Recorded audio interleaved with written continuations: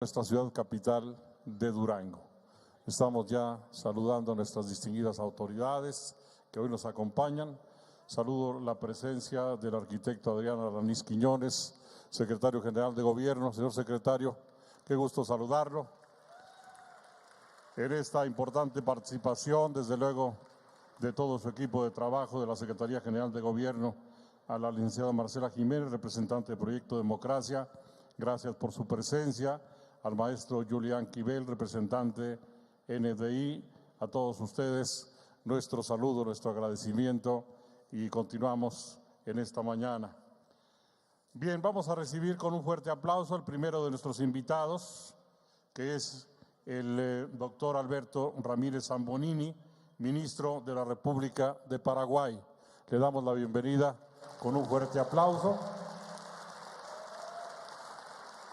Y en este momento, pues voy a compartir con ustedes algo de esta importantísima semblanza. Es abogado egresado de la Facultad de Derecho de la Universidad Católica Nuestra Señora de la Asunción, Paraguay, designado en el año 1995 por la Honorable Cámara de Senadores del Congreso de la Nación, con acuerdo constitucional del Poder Ejecutivo, como ministro del Tribunal Superior de Justicia Electoral de la República del Paraguay.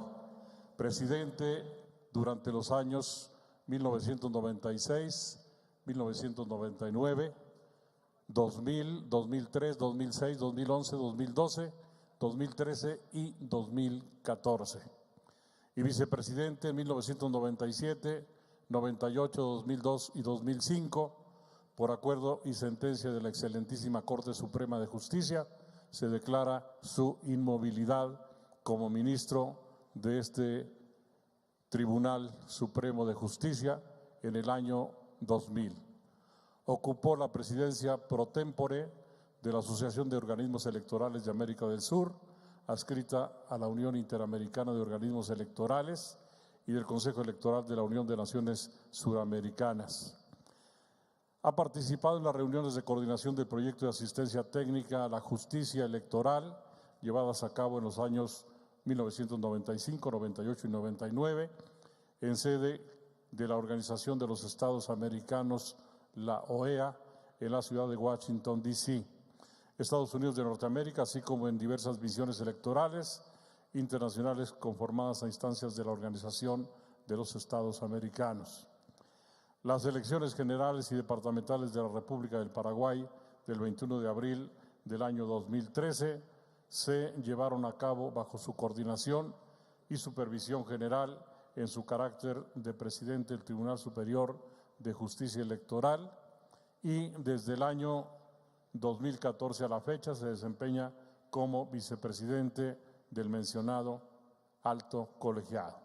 Por todo ello, pues es muy grato y a nombre de la Secretaría General de Gobierno, del Gobierno del Estado de Durango, darle la más cordial de las bienvenidas a tan distinguido personaje.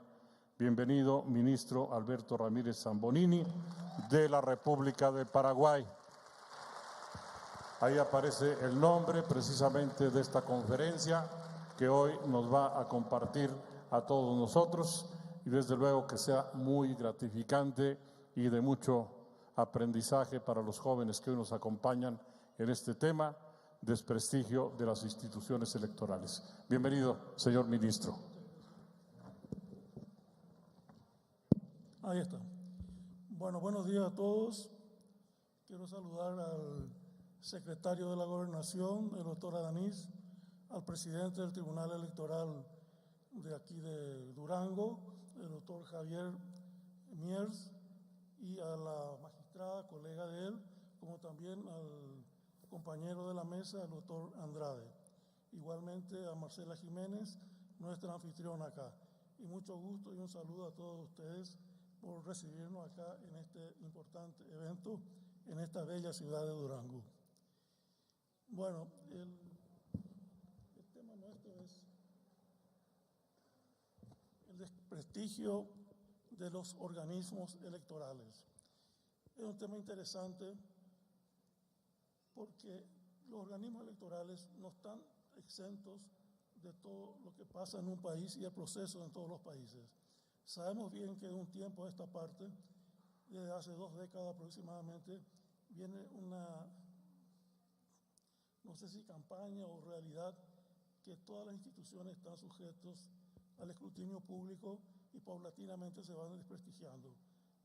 Las propias autoridades ejecutivas, los parlamentos, el Poder Judicial, la Fiscalía, la Contraloría y en fin cuantas instituciones haya en un país siempre están expuestas al desprestigio, porque permanentemente, en primer lugar, están sujetos al escrutinio público permanente y todos están expuestos al micrófono, ¿verdad? Por eso que se suele decir que los grandes héroes de la patria de hace 100 años o más no se les conoce que hayan dicho cosas imprudentes. ¿Por qué? Porque a lo sumo escribían en un diario o si iban a dar un discurso preparaban con tiempo, con asesores, etc. Pero hoy día cualquiera, uno sale de su despacho, camina por la calle y permanentemente está expuesto al escrutinio público. Y eso lo saben todas las personas que ocupan cargos de relevancia. Y nosotros y los organismos electorales tampoco están ajenos al fenómeno, pero hay que hacer frente a eso y desarrollar mecanismos de explicación a la ciudadanía de cuál es el trabajo que uno está haciendo. La defensa fundamental es el cumplimiento estricto a la ley. Se queje quien se queje, no salirse nunca del cumplimiento de la ley. Eso es decir, en todas las áreas judiciales y administrativas, muy importante eso en materia electoral, es fundamental el cumplimiento. Y además, primero el cumplimiento a todo el proceso y al protocolo electoral, particularmente durante los procesos electorales de que se convoca elecciones. Y en segundo lugar, saber contar los votos en el sentido que ni un voto a nadie se le saca, ni tampoco se le pone un voto a nadie. El resultado que sale, así se publica. Eso es fundamental, esos dos aspectos a los efectos de prevalecer, llamémosles, la institucionalidad de los organismos electorales. Y creo que en general en América Latina se está cumpliendo eso. Hay algunos retrocesos en algunos países, pero en general se está cumpliendo esas premisas. Y los organismos electorales están permanentemente cuestionados por los propios gobiernos, por los partidos políticos, por la prensa, las ONGs. Naturalmente no se puede generalizar, tenemos de todo, ¿verdad? Tenemos que sobreponernos y hacer frente. Y actualmente aparecen dos fenómenos. Si bien hace aproximadamente 30 años o más apareció la televisión en las contiendas electorales como un actor muy importante. Y la televisión vino para quedarse y había que convivir con la televisión y creo que los políticos aprendieron a trabajar con los medios y particularmente con la televisión. Ninguna campaña electoral hoy se concibe sin tener en cuenta este aspecto. Pero hoy tenemos dos fenómenos que no solamente afectan a los organismos electorales, a todo el poder público y también a las empresas y a cualquier actividad privada, que son las redes sociales, que un artículo o una nota que alguien ponga en una de estas cuestiones del Facebook o lo que sea, pueden crear un revuelo y con la réplica que hacen otras personas. No hace falta que yo me extienda en el tema. Creo que acá todo el auditorio sabe perfectamente lo que son las redes sociales. Todo el mundo maneja el tema de las redes. Y lo otro, que si bien siempre existió, se manejó, pero nunca en forma sistemática y en forma organizada y ordenada como existen hoy, en inglés fake news, que serían las noticias falsas, ¿verdad? Que se articulan, rápidamente se articulan y la gente muchas veces cree lo más inverosímil desde el momento que aparecen como noticias falsas. Entonces hay que tener cuidado con esto y todos tenemos que saber convivir con estos, empezando en materia electoral por los contendientes. Tienen que trabajar esto y saber cómo replicar cuando le aparecen este tipo de cosas. Y también los organismos electorales, creo que todos los organismos electorales trabajamos con estos dos nuevos aspectos que en cualquier momento pueden desestabilizar cualquier entidad o cualquier gobierno. Y en materia electoral, como dije anteriormente, que es fundamental el cumplimiento de la ley y el saber contar los votos,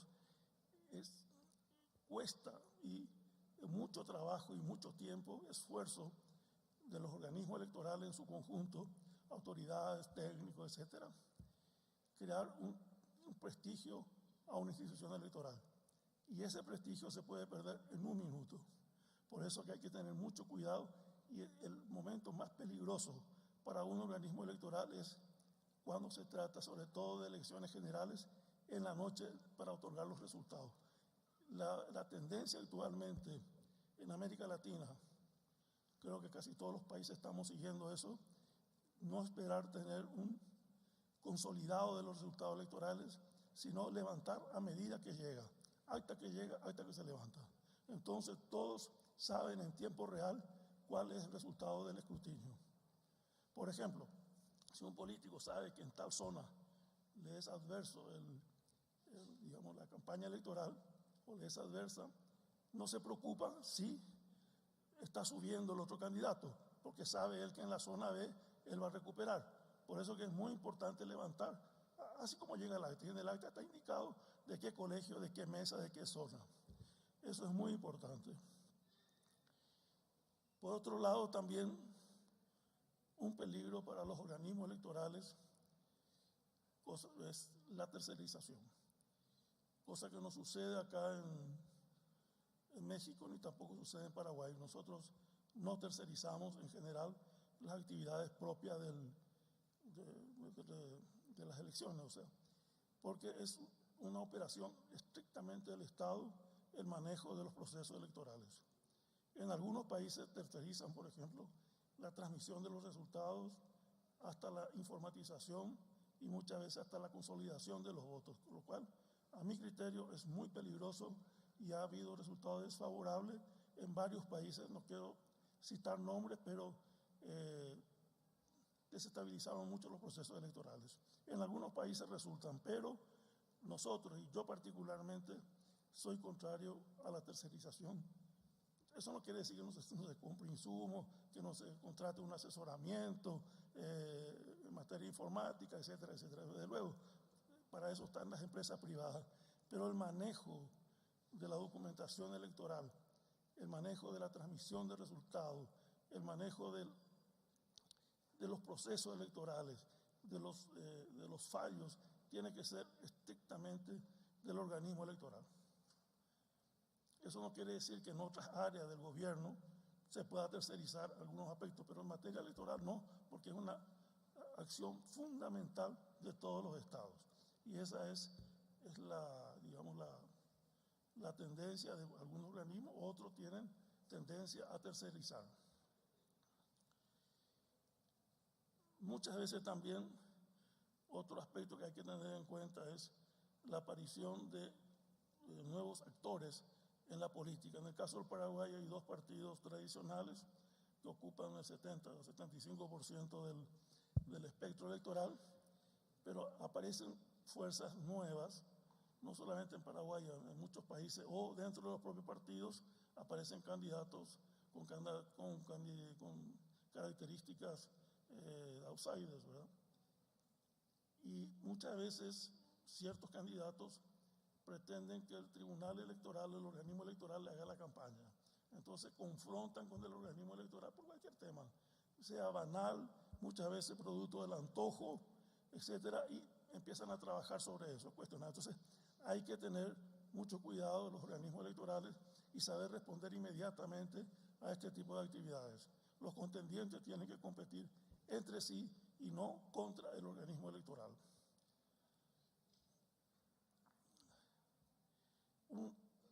Un aspecto muy importante para los organismos electorales es la transmisión de resultados.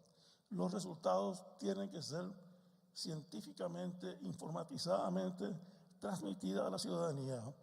Los electores tienen que acostarse la noche de las elecciones sabiendo quién ganó las elecciones, particularmente el cargo principal, que es el de presidente de la República, o en todo caso de intendentes, o alcaldes, si son regionales. Nosotros tuvimos la suerte de que nuestro TREP funciona perfectamente desde el año 2000.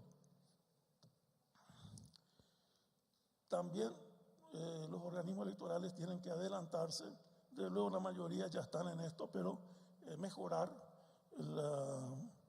una informatización, y que es la herramienta que ayuda a recuperar o a prestigiar un organismo electoral.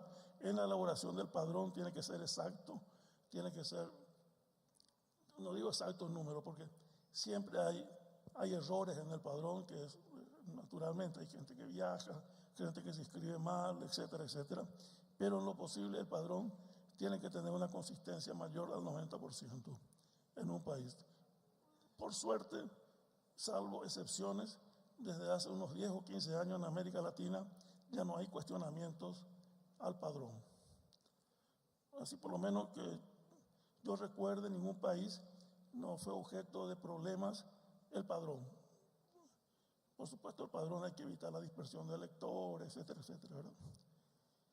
También la identificación del elector en las mesas es muy importante, porque en muchos países existe la mala costumbre de la calecita de los votos, que otro utiliza un documento, pero felizmente son en porcentajes menores, no afecta tampoco ya a la credibilidad del sistema en sí. Bueno, antes de entrar en un tema muy puntilloso, el tema al comienzo, cuando vino la ola democrática a fines de los 80 en América Latina, en primer lugar, una tendencia acá en América Latina es que los organismos electorales sean órganos independientes del Estado. Acá vienen también dos formas de actuar, ¿verdad? Algunos países como México, Colombia, Chile y Argentina tienen dos organismos electorales. Uno, el que organiza las elecciones, que acá sería el INE o las regionales, y el Tribunal Electoral, que juzga. Pasa lo mismo en Colombia con el registrador, la registraduría, que es la que maneja el padrón y las elecciones, y el Consejo Electoral, que juzga los procesos electorales. En Chile está el Servicio Electoral y el órgano calificador de elecciones, que es un órgano cuasi judicial. En Argentina es muy sui generis la Argentina, porque tienen ellos el Tribunal Electoral, que depende del Poder Judicial, es una instancia inferior a la Corte Suprema de Justicia. Y el Servicio de Elecciones depende del Poder Ejecutivo. Anteriormente dependía del Ministerio del Interior, hoy depende del Ministerio de Justicia, pero funciona bien, eso no hay que discutir. Argentina no tiene problemas en el manejo electoral. Y luego tenemos algunos países como Brasil, Uruguay, Costa Rica y nosotros, Paraguay, que tenemos el organismo electoral cumple las dobles funciones, que es el registro de electores, la organización y administración de los procesos electorales y el juzgamiento de las elecciones. En cada país funciona, ni uno es mejor ni el otro es peor, pero funciona. Hay que ver lo importante es que funcione en cada país. Hay que informatizar y hay que tener mucho cuidado en la transmisión, o sea, en el momento del juzgamiento de las actas al final. Está sucediendo un problema, particularmente en mi país, y creo que oculté en otros países, creo que también, que la gente no sabe más escribir correctamente. ¿Por qué? Porque aparecieron todas estas maquinitas que uno escribe y ya a la gente le cuesta, como nosotros cuando los niños aprendíamos la caligrafía, ¿verdad? Que las antiguas maestras lo hacen perfectamente. Pero eso no, que y la gente pone bien los números y se equivoca en las letras. Eso también nosotros, por lo menos en Paraguay, estamos viendo cómo corregir en las próximas elecciones, informatizando el tema. Y luego están los temas de la identificación biométrica, son adelantos tecnológicos muy buenos, pero también tienen su costo y muchas veces para países pequeños como el nuestro es ya más difícil. Y el otro tema que está en discusión también es el voto electrónico, o sea, la automatización del voto. Nosotros tuvimos un experimento en Paraguay durante varios años, desde el año 2001 creo, si mal no recuerdo, que hicimos un experimento con las urnas brasileras, no tercerizadas, en una cooperación horizontal con el organismo electoral brasilero, con el patrocinio de la OEA. Funcionó bastante bien, pero en las internas de un partido, nosotros no tenemos control de las internas de los partidos, les prestamos las urnas y hubo un descontento de un candidato y salió y dijo que un satélite brasilero le modificó las elecciones y eso hizo que retiráramos nosotros el tema de las urnas electrónicas. Ante esa situación, particularmente yo soy contrario a la automatización del voto. Y primero voy a explicar por qué. Nosotros hace 17, 18 años, cuando empezamos con el tema de la automatización del voto, había aproximadamente 50 países de los 200 y tantos que tiene el mundo en este momento con urnas electrónicas o alguna suerte de automatización o en proceso de tenerla, ¿verdad? Hoy son menos de 20. Ahí creo que se están exponiendo un mapa en este momento del tema de las urnas. Hay países que tienen, en los Estados Unidos, por ejemplo, en primer lugar, ellos tienen 50 estados, 3.600 condados, y cada condado es relativamente autónomo para elegir el sistema de votación. Básicamente ellos tienen 4 sistemas con variables. Uno sería una especie de urna electrónica, no como la que conocemos nosotros, otro un sistema semi-automatizado y otros manual. Depende ya de cada condado, y los Estados Unidos tienen su particularidad propia que les funciona a ellos, ¿verdad? Que no viene al caso. Y el uso total de la automatización del voto en América Latina se da fundamentalmente en 2 países. En Brasil, con las llamadas urnas electrónicas, que fue una solución para el sistema que tienen ellos, porque tienen una especie de lista abierta, que la gente vota por número allá. Y a mi criterio es lo mejor que hay en materia de urnas electrónicas. Se basa simplemente la urna sobre la base del ábaco, con la inteligencia de todos los organismos brasileños, las universidades, sus fuerzas del Estado, en fin, es una urna muy buena. Lo único que el problema que uno no puede afrontar cuando alguien y dice, no, a mí me robaron porque vino un satélite o alguien manipuló el tema. Y ese es el peligro. Pero por la experiencia que yo tuve, la urna brasilera es buena y es segura y es seria. Y luego está el tema de Venezuela, que no es precisamente vía urna, sino la gente vota en un papel especial y se pasa como un fax o un escáner y se transmite el resultado a la central. Las veces que yo he ido a Venezuela, años anteriores, el sistema en sí no es malo y creo que funciona. El problema está todo el entorno que sucede en Venezuela y el organismo electoral que es cuestionado y no tiene esa fuerza que debe tener un organismo electoral. Pero ese es un tema que no quiero entrar porque en este momento hay una crisis en ese país y es mejor nomás no mencionar. Pero el voto electrónico, para implementarse, requiere primero conformidad de las organizaciones políticas.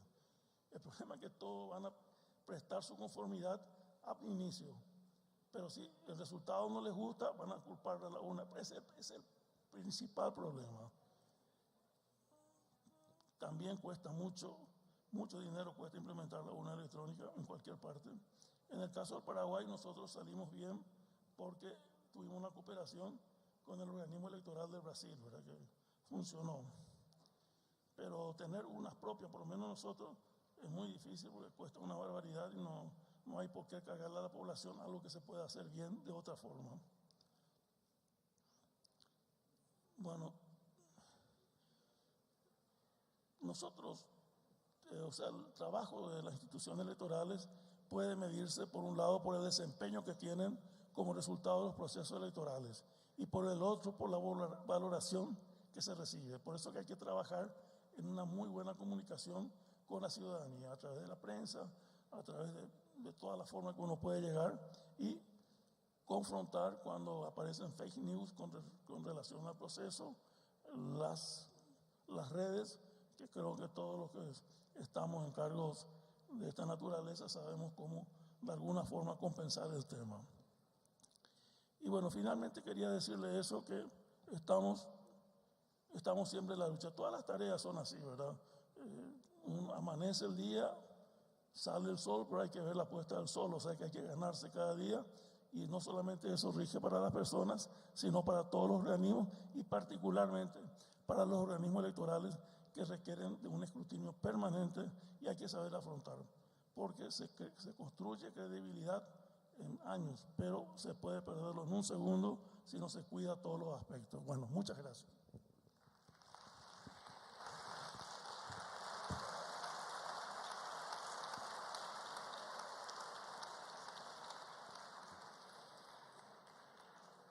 Muchas gracias al ministro Alberto Ramírez Zambonini por habernos compartido su experiencia, un escenario del estado en el que se encuentran los procesos electorales, especialmente en América Latina.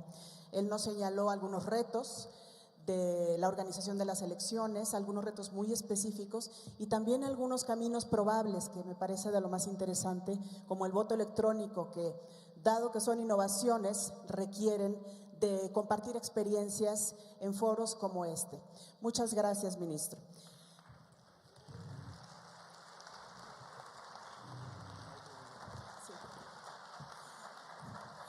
Seguramente su exposición generó dudas, preguntas, entonces vamos a pasar a las preguntas del público. Perdón.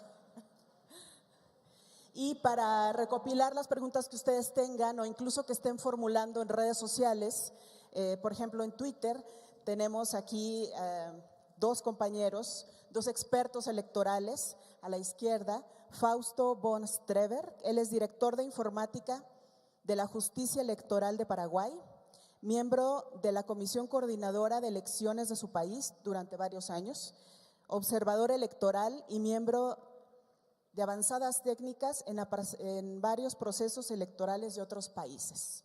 Es un observador permanente, como se ve. Gracias. A la derecha, el doctor Ulises Hernández Vázquez, es licenciado en Estudios Políticos y de Gobierno, abogado, maestro en Educación, doctor en Administración Pública, becario NDI en 2009 en Quito, secretario general del Sindicato del Poder Legislativo del Estado de Jalisco y docente titular del 2007 a la fecha. Gracias.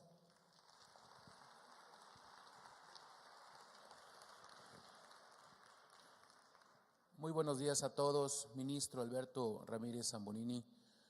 Una de las preguntas que surge aquí, que se me hace demasiado interesante de los compañeros que se encuentran el día de hoy, es, en el caso de México, existen organismos electorales públicos autónomos, como son los institutos electorales de los estados, los cuales son nombrados por el Poder Legislativo y estos a la vez la misma independencia que supuestamente se tiene, se lo deben a final de cuentas a los partidos políticos.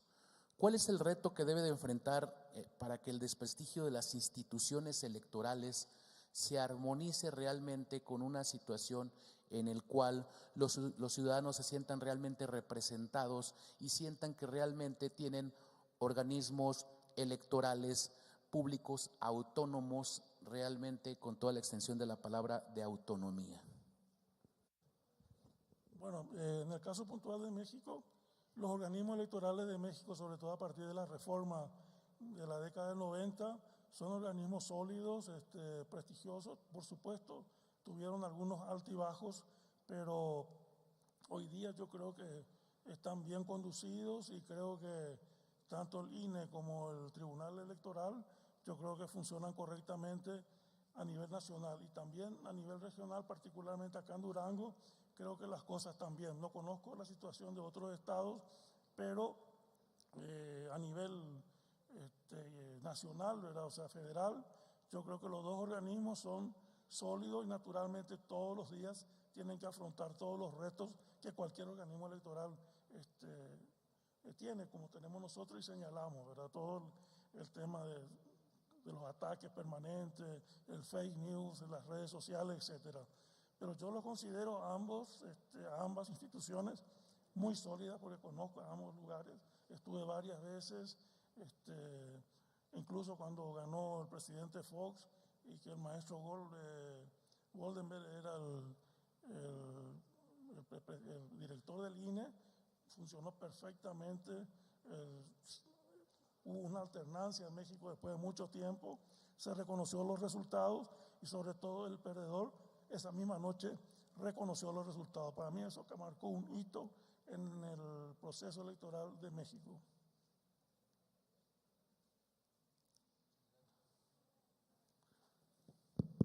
Muchas gracias. Otra pregunta que está surgiendo aquí de los compañeros que hoy se encuentran, dice, si en las urnas hoy los votos se cuentan y cuentan, ¿dónde considera usted que están las distorsiones que buscan torcer la voluntad popular antes y durante los procesos electorales? Creo que el mayor peligro está en las campañas de algunos candidatos, de algunos sectores, no voy a generalizar, pero algunas ONG en particular, contra el proceso electoral. Entonces trabajan sobre eso y por supuesto no es perfecto el manejo electoral y cualquier detalle tratan de agrandar el tema y llevar a extremos. Pero en general, por lo que yo conozco, funciona relativamente bien el escrutinio y el manejo de las urnas. ¿Por qué? Porque hay mutuo control, se participa, aparte el escrutinio es público, aparte hay mucha observación internacional y hay mucha observación nacional también en todos los países y particularmente en México, ¿verdad? Acá hay redes de observadores y en fin, yo creo que, pero hay que cuidar siempre, ¿verdad? Hay que cuidar. Esa es ya una etapa, el mal manejo de las urnas es una etapa ya lejana en la historia de América Latina. Más bien, la campaña sucia, el uso indebido de los medios de comunicación, particularmente la televisión, a favor o en contra de determinados candidatos, que son las llamadas guerras sucias, ¿verdad?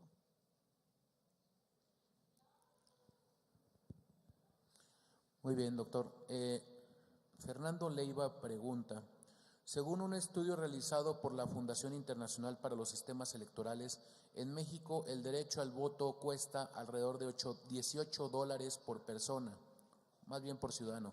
Lo ejerza o no, ¿la implementación del voto electrónico reduciría dichos costos? No, va a aumentar, y por supuesto que hay que saber administrar bien los recursos, pero hay que tener en cuenta que la democracia o el manejo electoral tiene su costo, ¿verdad? Y particularmente en muchos países, como el caso de México, que en el presupuesto del organismo electoral, del INE sobre todo, hay un componente muy grande que es el aporte que se le hace a los partidos políticos según sus votos, ¿verdad? Entonces también eso hay que tener en cuenta y es mejor que sea el Estado que financie a los partidos políticos y no que se tengan que buscar en otro lado, que de luego también existe, pero se reduce enormemente la tentación de someterse al financiamiento espurio, vamos a decir. Y tiene su costo, y el voto electrónico aumentaría, pero es la opinión que yo tengo con respecto al voto electrónico. Eso no quiere decir que no funcione y que en algunos lugares, en algunos países pueda funcionar. Vuelvo a sostener, cada lugar, cada país, cada región tiene que adecuar el mejor sistema que le convenga y que funcione en ese país, ¿verdad? Eso es lo más importante. Lo importante es cumplir las reglas, sea cual sea ella. Muy bien, y ya casi por último, dice que también el descrédito de los órganos electorales vienen de dos fuentes. Una, de los que pierden y no reconocen su derrota y entonces descalifican al árbitro, en este caso los institutos electorales. Y dos, los altos costos, sueldos, privilegios de los que se está rodeado supuestamente para garantizar su independencia e imparcialidad. ¿Cuál es la opinión del doctor sobre estos dos cuestionamientos o estas dos variables? Desde luego que siempre existe el peligro del desconocimiento del resultado electoral. Por eso que hay que extremar mucho el cuidado, tiene que ser muy transparente el proceso electoral, el escrutinio y la transmisión de resultados. y la transmisión de resultados está funcionando en transmitir en tiempo real. No obstante, existen críticas, pero no hay sucedáneo a eso, porque se puede hacer perfectamente todo, pero en algún momento alguien sale y dice que tal cosa, y bueno, pues hay que saber enfrentar. Pero creo que hoy en América Latina en general la gente, la clase política está madura al respecto, ¿verdad? Pero, como dije anteriormente, hay movimientos o partidos políticos que pretenden que el proceso electoral le haga la campaña, el tribunal o lo que sea, ¿verdad? Y entonces hay que tener mucho cuidado y hay que saber responder a priori eso.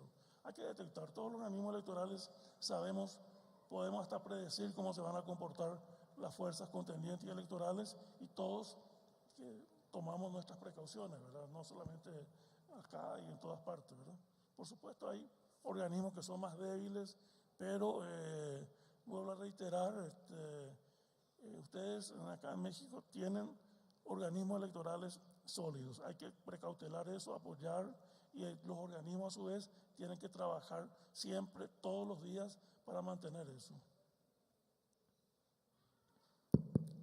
Muy bien, y ya a manera de conclusión, nosotros consideramos como becarios que a final de cuentas las dictaduras son muy económicas o muy baratas para el sistema político, pero con una gran trascendencia para la ciudadanía, y las democracias tienen esa variable que llegan a ser costosas, porque a final de cuentas hay que hacer conciencia ciudadana.